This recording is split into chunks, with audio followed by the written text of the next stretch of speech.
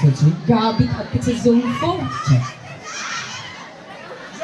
Sa kalibutan, diin ang kalisod dili naputol nga kauban. Adunay mga tawo nga makakaplag og kalingawan sa pagtuo nga magapabilin bisan sa mga tanang mga kalisdanan sa kinabuhi. Ang dili mapugnan nga pagtuo nag-asdan sa mga kinabuhi sa mga tawo nga kanunay sulayan ang ilang pagtuo. Apan dili gayud magduwa-duwa. Ang ilang mga sugilanon sa kasakit ug kalampusan naghiusa sa paglaraw ug magapadasig nga istorya sa kaisog, paglaom ug sa talagsaon kalig-on sa espiritu sa tawo. Ang ilang pagtuo mahimong momento sa dili matarog nga kusog sa pagtuo samtang naglawig sila sa mga libirento sa mga hagit sa kinabuhi.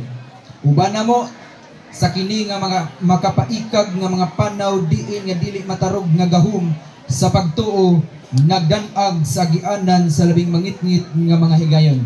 Ladies and gentlemen, here are the creative presentation coming from Zone 4!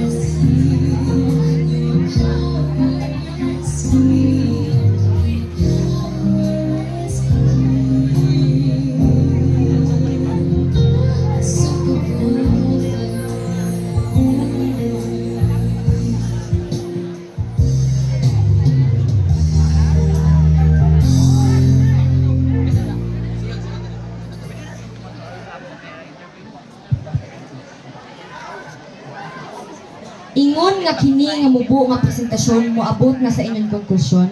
Atong pamalandungan ang talagsaong mga biyahe sa mga tawo nga nagbarog nga walay pagduwa-duwa sa ilang mga pagtuo. Ang ilang mga istorya sa kalig-on, paglaom ug walay paglubad nga pagtulunan nagpaandam kanato nga pagtuo sa kagamhanan nga pwersa nga makasukol bisan sa labing lisod ng mga hagit.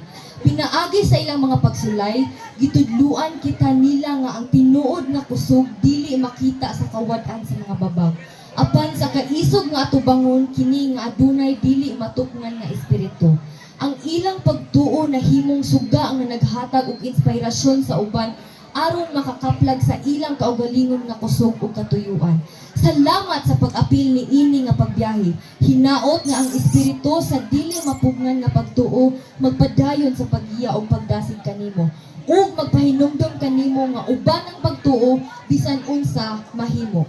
This presentation is credited by Sir Elmer Lagan together with his family. Wow. Along with that, please.